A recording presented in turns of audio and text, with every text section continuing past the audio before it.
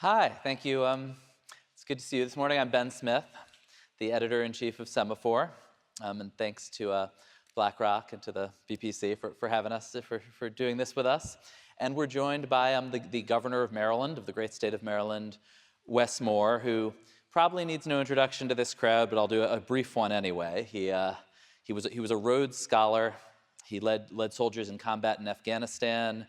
He worked relevant here for Citigroup and Deutsche Bank during the great financial crisis, though he bears no responsibility for it, and was the CEO of the anti-poverty group Robin Hood before he became governor. Although he's also a rare Democratic politician right now who seems to be breaking through with Gen Z a bit, which I know because my teenage boys, when I said I was interviewing Governor Moore, very excitedly shared a video of him shotgunning beers in the Ravens parking lot with a bunch of degenerates, which is to say, Ravens fans. So thank you for joining us.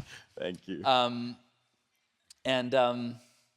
yeah, I think I just wanted to begin with the topic of the day here, which is retirement. Oh. You have on you signed an executive order connected to longevity, and in that EO, you talked about affording a 100-year lifespan, which feels ambitious, but also, I just wanted to sort of think big picture. How do you think about managing a state, managing a population of people who think about retiring in their 60s, but could be living to 90, living to 100? Yeah, it's and first, it's great to be with you, and thank you all for having me here. It's something that I think became a real baseline for what we wanted to accomplish when we got into office in the first place, and it was something that was very personal for me because I think about my grandfather, for example. My grandfather was actually the first one on my mom's side of the family born inside the United States, was born in South Carolina. And when he was just a toddler, it was actually the Ku Klux Klan that ran them out because my great-grandfather was a very vocal minister, which was not appreciated. And so in the middle of the night, he picked up the family and he left. And much of my family, and they didn't just leave South Carolina, they left this country. They went back to Jamaica. And for much of my family, they always said they would never come back to this country. But my grandfather did. And I always say, in all of his humility, he said, this country would be incomplete without me. And he came back to the United States. He became a minister like his father. And this was a person who devoted his entire life to the Lord and to his family and to his community. He became the first black minister in the history of the Dutch Reformed Church. And ironically, the same threats that were coming to his father started coming to him when he became a minister. But he stayed and he stuck. And he made his community better. And even after my dad died in front of me when I was 3 years old, he and my grandmother helped to take us in and helped to raise us. And I think about that in context of this is that he passed away at 87 years old. I was in Afghanistan when he passed away. And despite living a remarkable life, one full of love and one full of service, he really had nothing to pass off. And I think about him a lot in this, where all we're simply asking is can we create a foundation where people have a chance to age in dignity? Can we create a foundation where people have a chance to pass something off to your children besides debt? Where people have the opportunity to own more than they owe? And so the point of things like Longevity Ready Maryland Initiative, the executive order that I signed, the whole focus that we've had for a large administration about creating pathways to work, wages, and wealth, and not just one, not just two, but pathways to all three, that becomes something that we just believe that for our state, we want it to be the place that people can retire in place and retire in dignity, that they can age in place and age in dignity, that they can actually own assets, and that we as a state have a unique, not just responsibility, but have a unique pathway to be able to help support with that process. And so that's why I think that everything we've done around Longevity Ready Maryland, everything about making sure that our Department of Aging, that it's not just seen as a lane, but it's actually seen as a lens in the way that we do our work and how they're integrating with every other platform, every other agency, becomes something that became really important if we actually wanted to honor part of the why that we're here in the first place. And when you think about this, and I guess I'm sort of asking you in a way specifically as a Democrat and a rising star among Democrats, And how do you think about the role of the public sector versus the private sector? I mean, I think you heard Larry talk last night about, essentially trying to get people to be putting money into the markets for a long, so that they can retire having saved a lot and invested a lot. The last time there was a real big public conversation about this, gosh, 20 years ago, it kind of ended in flames with the Democratic Party really very hostile to it. And I'm curious, although obviously, I mean, that was very intertwined with the Social Security debate, but I'm curious now how you see the role of private savings, private investment versus Social Security versus public support in various ways. I think that I think there has to be an understanding of a measure of shared responsibility, but also shared incentives. Because I feel like sometimes the retirement conversation, I don't know if y'all have seen that Spider-Man meme where all the Spider-Mans are pointing at each other. And feels like what the conversation is about, like private sector, public sector, philanthropy. Everyone's pointing as to who is responsible. And then when that ends up happening, you get people who then fall between the cracks. I mean, one of the things that I love, for example, about what we've done with Maryland Saves, and Maryland Saves is actually pretty unique. While we're not the first state to have this kind of platform, we're the first state that has also other initiatives where, for example, you can pull out. You can actually pull capital out. Like that's a really important and unique feature that Maryland Saves offers. That we now have, I believe, just shy of 6,000 of our companies and our entities that are actually included inside of Maryland Saves, to include the one Kari was just here from Baltimore. His company is actually a participant within Maryland Saves. That we now have over, I believe now the number is over 13,000 individuals, or close to 13,000 individuals who are participating. And the reason that we like that is because it's a unique public-private partnership where, in that case of Maryland Saves, the private sector, there's no cost to them, right? That it literally can take up to 30 minutes to be able to sign up your employees, but then that person now has coverage to be able to support their aspirations, because oftentimes people who are low and lower moderate income earners do not have the opportunity to participate in employee health insurance and retirement plans. And so this is where we believe there's actually a really interesting partnership that can be created. And I'll say this too. Another reason why I think having the public sector and the private sector engaged directly on this is oftentimes what then happens is if neither are doing the coverage, then it falls on philanthropy. And I say this as the former CEO of one of the largest poverty-fighting organizations in this country, that there is not enough philanthropy in the world to be able to compensate for bad policies, right? That we have $700 billion of philanthropy that goes out every single year, right? Which is a very real and robust number. But it's important to recognize this. Of that $700 billion, half of that goes to universities and alma maters. All right, so now we're not talking 700, now we're talking 350. And then of that, take half of that, and that goes towards homes of worships and hospitals. Okay? So now you're talking around $175 billion for everything else. For children, for animals, for the environment, for veterans, for older adults. There is not enough philanthropy that goes around to be able to cover up for something that we know that you could have a unique public and private partnership that could actually help to sustain and get people what they need, so that that philanthropy isn't so heavily relied on when it comes to older adults getting served. In a world of a 100-year lifespan, do you raise the retirement age? Well, here's the thing. I mean, when we knew when certain these assets were pulled together, that the life expectancy was changed, that the work expectations were changed, that wages were changed. So, I do really think it's important for us to have a measure of honesty and courage in looking at data when we are evaluating things. I mean, I think about it where, if you think about some of the greatest public policy initiatives that were pulled together ever in our histories, right? The thing that we know is that sometimes they do take adjustments. Social Security has been adjusted 17 times since it was first put on board. The Maryland Constitution has changed 200 times since it was first incorporated. It's actually a responsible thing to be able to have the ability to pressure test, to be able to have the ability to make sure that needs are being met, to be able to make sure that things are sustainable, to make sure that we're not making promises that we do not have a pathway of keeping. And so I do think it's important to be able to understand and think through, where is society now? I mean, it's part of the reason why, some of the work that we have going on right now about what are you doing to making sure where you have people who are now older adults who still feel a need to contribute, who still want to serve, who still want to lead, who still want to work, who still want to be part of service options. Well, let's find ways of being able to engage that. So I do think it's important as a society that we have the maturity to be able to pressure test.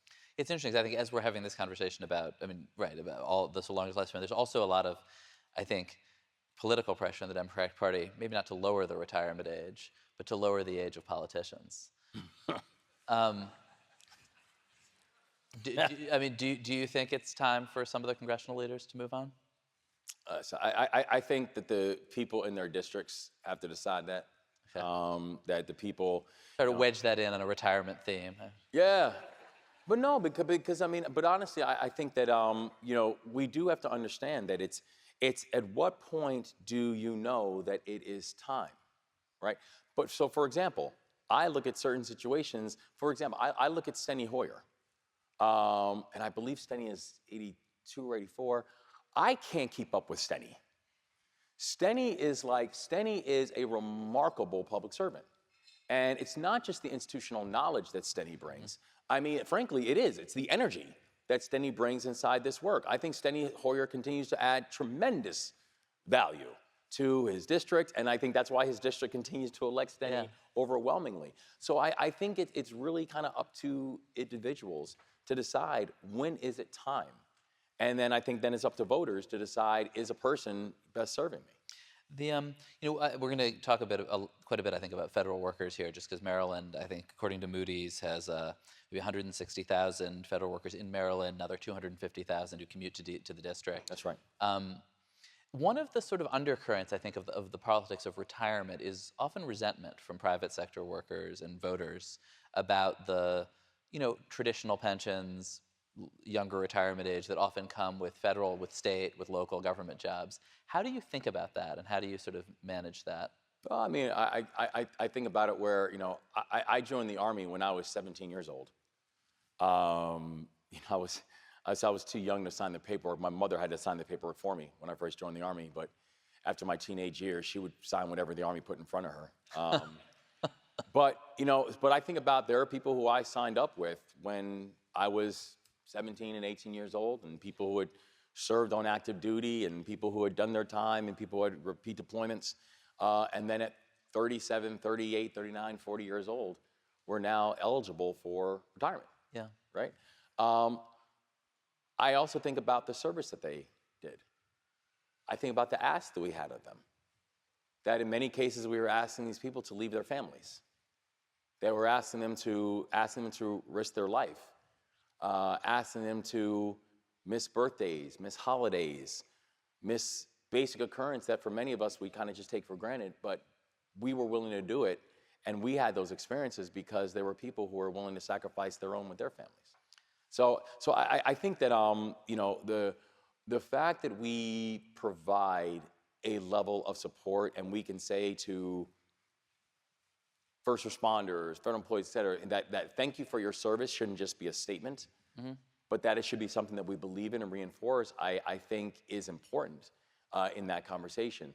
And I think that, as we were talking about before, it's always important to continue to think through and pressure test. Yeah, and I should say the governor has a wonderful memoir called The Other Wes Moore, that everyone should read, that covers some of this, some of his service. But you're in Annapolis, just to sort of push on this point a little. Yeah. There are a lot of people who are not serving, who are not in the military, normal office jobs like me, but who there's a relationship in a lot of state capitals where the state workers' unions elect representatives who sweeten their pensions, and becomes a real fiscal burden that I'm sure you're navigating all the time. Oh, yeah.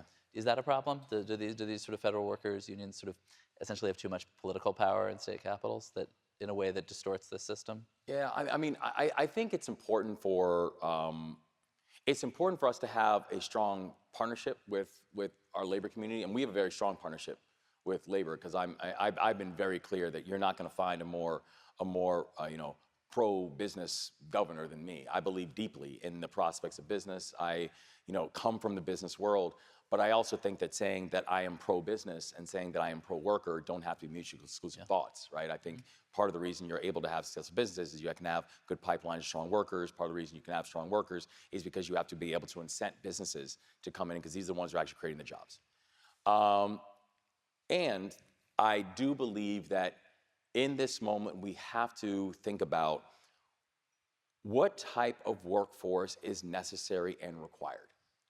So for example, when I came on board, there were over 10,000 vacancies within state government that happened in the state of Maryland. Natural atrophy and just, the challenge was, it meant that a lot of basic functions just weren't being performed. It's the reason that when we came on board, that we were dealing with things like people waiting 18 months for unemployment insurance. It's the reason that we had people waiting over an hour to call 911 to get a response, right? It's the reason that literally my first day in office, we had to deal with something called Charlotte Hall, which was one of the largest veterans homes inside of Maryland, which was in not just disrepair, but was also, what was being done to those veterans living in Charlotte Hall was abhorrent. And so you had this atrophy of basic functions and services being done. So then people say, well, if you know that there's over 10,000 vacancies, does that mean you bring on 10,000 more people? The answer is no, because I'm not interested in rebuilding someone else's government. I'm interested in having government that actually works. So tell me what that number is. Tell me how to right-size it. And then tell me how you can have measurements and accountability, where you can utilize technologies, increase efficiencies, getting rid of waste, fraud.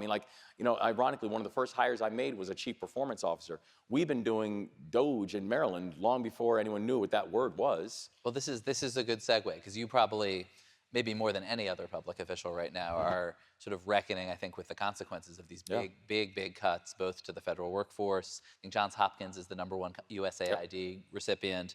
Close to $1 billion. How are you sort of thinking about this and approaching these big cuts to federal spending? A lot of your citizens, really. Yeah, the challenge that I have with it is if you believe in cutting waste and fraud and abuse, the answer is so do I. And that's what we've been doing. That we've pulled together initiatives about doing everything from fleet management to IT consolidation to looking at procurement reform, where we're doing massive procurement reform in the state of Maryland, to looking at real estate. There are just certain buildings, for example, that are on state rolls that I don't know why that building's on the state roll. Get it off our balance sheet. You sound like Elon. But, however, but we're using data, right? We're being transparent. And we really are focusing on how can you have a measure of expertise that's helping to guide the decisions about what is necessary and required and what is not. That we're not doing oftentimes what are seemingly arbitrary and ideological and cruel cuts. So what do you think their agenda is if it's not actually efficiency? Well, I think what it is, it's about how are you helping to cut a budget to make room for your other priorities, right? And for example, I think they've been very clear about the intention on the extension of the 2017 Tax Cuts and Jobs Act. You need to create some delta if you want to be able to fulfill those numbers. And so I think it is about a larger sense of prioritization that I think has been pretty destructive. I think about it this way, where I'm now going on my 3rd year as governor. This is the 3rd budget that I've introduced. For the 3rd straight year, our general fund, our budget is actually smaller than the year before. I'm actually decreasing the size of our state government for the 3rd year in a row. But you can do that and also still increase efficiencies, increase accountability, and increase your output. But I think you have to be really smart about the way that it's done, so you're not actually having people that are are being moved and laid off when actually they were serving essential tasks. And so my thing is, I believe that we can actually do this together, and I'm eager to be a partner with the federal government as to what that looks like. I just know that when those decisions are being made, it'd be good if you had people who actually have expertise in those areas, who are helping you to make those decisions, because we would, versus people who frankly have no idea what these agencies even do, and then are making decisions as to what the head count should be. I think a lot of your Democratic constituents would probably say they'd like you to fight back harder, that they want Democrats, whatever this means, to sort of fight this wave of cuts, to fight. Do you feel that? Do you feel that pressure? Do you think Democrats ought to be more confrontational? Listen, I've said I'm not the leader of the resistance. I'm the governor of Maryland. My job is to make sure that the 6.5 million people who I represent are being seen, supported, heard, and protected. Now, to do that, that sometimes means pushing back hard on what this federal government is doing, and specifically because when you're looking at some of these cuts, this is having a distinct impact on the people of my state. It is true. I mean, we have over 160,000 federal employees in the state of Maryland. That we have one of the highest percentages of federal employees on a per capita basis that are inside of the state of Maryland. That this is already having distinct impacts on our economy, on our income taxes, on our unemployment rates. So this is very real for me. It is something that I think we all have a unique responsibility to be able to address. But I would say that the message I keep on getting for voters is fight back means make sure we're doing the job and protecting our people. Fight back does not mean grab a bullhorn, right? It's like everyone's gonna have a role. And I believe that our role in all of this is going to be making sure that all of my people are protected, and that we are being creative, and that we are being aggressive when it comes to make sure that the 6.5 people in my state are supported. What does that mean concretely with these job cuts that are affecting? Yeah, well, it means things like, we've already had to be pretty creative on some solution sets where we actually just had an announcement, in fact, just last week, where Maryland, launched a whole series of initiative, and 5 specific initiatives that were focusing on supporting our federal workers. And that included things like, if there are places in the state of Maryland where we know there are real vacancies. So for example, we have tens of thousands vacancies for certified teachers inside of our classrooms, right? Kids literally in classrooms without certified teachers. And if we now have people who can serve as educators, who can serve as nurses, other places that we have real shortages, I have now worked with and instructed our secretaries, our Department of Health, our Department of Health secretary, our head of education, and said, start streamlining these people. Get them the certifications they need. Get them their teacher licensure. If there's a person who is qualified and says, I'd be interested in being a teacher, and we know we have a shortage, well, guess what? Need and asset. Meet them and do it quickly, right? And I say, it's the same thing with the private sector, where we're working with a lot of our private sector partners. I was talking with the lead head of a large technology company, and he was saying to me, he's like, listen, if you're telling me you have a person with a PhD, with a TS clearance, who's been working at NIH, working on something that is very specific, and they now are out of a job, I would really like to know their name. And so this is a time when I think the private sector also has a chance to go after some real talent that is available, people who are working really important jobs for the federal government who now find themselves out of that role pretty arbitrarily. I think this is actually a place where public and private sector can actually get together and do some interesting work as well. Do you think we're going to see a real economic downturn here in the DMV? Because obviously these folks go to restaurants, people losing their jobs who go to restaurants, who use all sorts of other services. Like, how bad do you think it's going to get in this region? Do you think it'll be worse than the rest of the country? Well, yeah. In many ways, it's like when the country catches a cold, the DMV region catches pneumonia, because there is a real tethering that we have here. There's a tethering to how things happen within the federal government. Part of the big push that I've made over this past year, actually in preparation for one thing we're going to do, no matter the administration, is we have got to find a way to diversify our economic offering in the state of Maryland. Because if you look at the economics of the state of Maryland, for the 7 years before I became the governor, our economy grew by 3%. The average state grew by 11%. And so you had Maryland's economy is growing at less than half of the national average. The problem was during that same time period, our spending increased by 70. So we were spending, we just weren't growing. And so we had to be able to find ways to diversify our economic offerings so we could actually have things we were going to invest in and win at. And so, Maryland, historically, our economy has been based on things like, the eds, the feds, and the meds, right? That's been Maryland's economic foundation. Yeah. Where I've said, going forward, we're going to make sure we're investing in things like life sciences. We're going to invest in things like IT, and that includes how we're thinking about quantum and cyber and AI. We are going to invest in aerospace and defense. And a big reason is because so many of those assets in those areas are completely tethered to the state of Maryland. We are the home of U.S. Cyber Command. We're the home of the NSA. We're the home of Fort Meade. We're the home of the Naval Academy. Tell me why we are not the global head of cyber. We're the home of Johns Hopkins University, of the Applied Physics Lab, of University of Maryland College Park, of IonQ. Tell me why we are not the global home of quantum. And so this is the type of thing that if you look at our assets, unfortunately, we have been very asset rich and strategy poor. And my goal is to say, look at our balance sheet. You should be able to look at where your priorities are when you look at your balance sheet. And our balance sheet has got to better match our aspirations, and we need to be able to invest in industries that I believe will be growth industries, but do it in a way where Maryland, I think, has a real chance of supremacy over those areas. So you were, as I mentioned, at Citibank during the Great Financial Crisis, not working on housing or credit default swaps, but you're now in a position where you take in a lot of data, you talk to a lot of CEOs, you're absorbing a lot.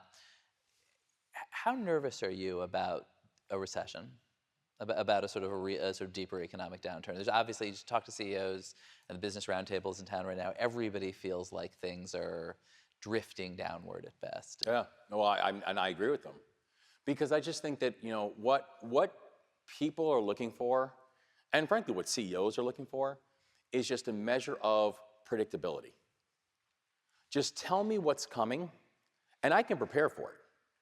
But when when there's no predictability, when everything kind of feels very haphazard and arbitrary, when people are making statements not understanding that their statements actually move markets, that actually has a real impact. And so, I don't think that you can look at this on again, off again tariff conversation, and also with not even a core direction or focus, but just hearing numbers thrown back and forth. It's like every other week there's a new number that we're going to put in this product, a new number in that product, and then it gets walked back 5 hours later. Like that is creating a level of instability that I think has very real market implications. Because if I'm a CEO and I buy product, if I buy a commodity, there's certain things that I rely on, it becomes very difficult for me to think about out-year buying patterns. If I am working on a pension fund, right, and I'm investing the pensions for a lot of people, I'm trying to think about what industries are going to be the most stable, which one's going to provide the most returns for our individual clients and for the people within our states who we're representing. It's just very difficult when we're not getting a clear sense as to where this is going. So I think the fear is real. I don't think this is an exaggeration that we are seeing, or an over-indexing that I think we're seeing either from the markets or from CEOs, individual businesses. What was a temporary adjustment? I think isn't that the administration view right now? This is just sort of a momentary reset. Yeah, again, I don't know what that means. Yeah. What is a temporary adjustment? Because if I have a temporary adjustment, adjusting to what? What is the goal? What is it we're trying to accomplish? What is the number we're looking for? What are the indicators? Like this is not just an art, it's a science to it too. And numbers matter. And so I just don't know what a temporary adjustment means at a time when people are just looking for some kind of direction and stability as to what does success look like, because I do not think that has been laid out. We haven't talked yet about housing. We've got about 5 minutes left, but one of your big focuses, and I think something where a lot of people, a lot of Democrats right now, look at Democratic governed state, Democratic governed cities, and say, we can't argue that we have a model for the nation when we just can't build housing at all. We look at New York, I San agree. Francisco, and I'm curious, and I think that abundance conversation is going to be a big conversation this year. Yeah. And I'm curious, I don't know how you're thinking about it, if you feel like you're seeing results, and how you balance the sort of supply and demand sides of that question. It is absolutely one of my biggest and deepest frustrations, is that you cannot have a growing economy or a growing society if people do not have safe and affordable places to live, period and full stop. And we have far too many restrictions and far too many barriers for people to be able to do that. Last year, I actually introduced and we passed the most aggressive housing package of any Maryland governor in recent history. And then I told him, and this year I'm coming back for more. And I have. And so we were able to get things passed, like how are you incentivizing density bonuses? How are you incentivizing transit-oriented development? How are you saying that if there are places that have real job growth, are you actually then permitting housing to go inside those areas so the jobs that are being created in that area actually have safe and affordable and accessible places for people to be able to live? And so I think that this is a crucial conversation that we've got to be able to have, and saying, like, listen, I understand that there are places that we should not build. I get it. And it means having that conversation with your local leadership and having conversations with industry areas. I mean, 70% of my state is either waterlined or waterlocked, right? However, in the places that we can build, we should. And we've got to increase inventory. We've got to increase accessibility, because what it's going to do is going to do two things. One, that's going to help to drive down costs. And because housing affordability, I mean, right now, 30% of young Marylanders are considering leaving my state for one reason: housing costs. They cannot find a place to live, right? That is an existential challenge for me. The second reason, though, is this. We talk about the importance of retirement funds, which is the second most valuable asset that people generally have. Number one, housing, right? Work, wages, wealth. The way you get to work, wages, and wealth is you've got to incentivize employment, getting people there. You need to make sure that people are being paid fair wages for the work that they are doing, getting rid of the whole idea of the whole Alice class or the working poor.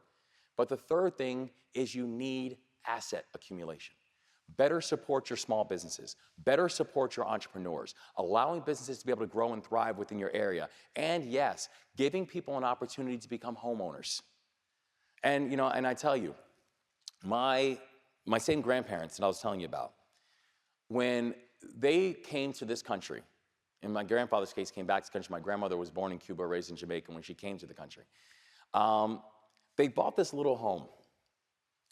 And for them, it wasn't just about shelter.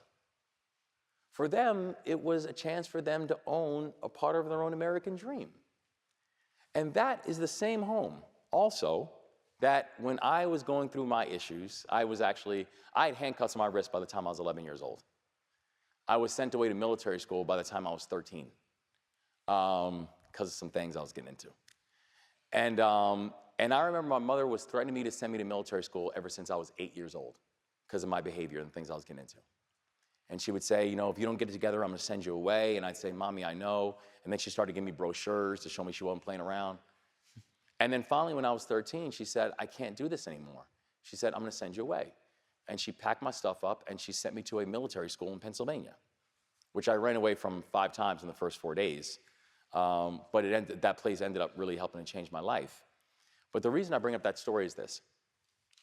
My mother wasn't threatening me since I was 8 and not sending me because she just makes broken promises. My mother does not make broken promises. She couldn't afford it. And every single year, she'd try and figure out that she couldn't put together the tuition. And then she was literally asking people she went to church with. And people gave what they could, but she knew she was still thousands of dollars short. And my grandparents took money out of that home that they purchased and gave it to my mom so she could help to pay for that first year of military school. They ended up sacrificing part of their American dream so I could achieve my own. That's what housing helps to provide. It's not just shelter. It's security.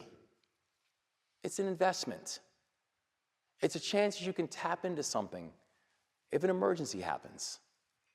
It's a chance that you now have an asset that you can hold on to and you can pass off to future generations. And so, if you believe in American mobility, if you believe in this idea of wealth creation, if you believe in this idea of assets, then you've got to make sure that you are housing first, and you have to make sure you are prioritizing making more people homeowners. Well, thank you, Governor. Thank you. Appreciate it.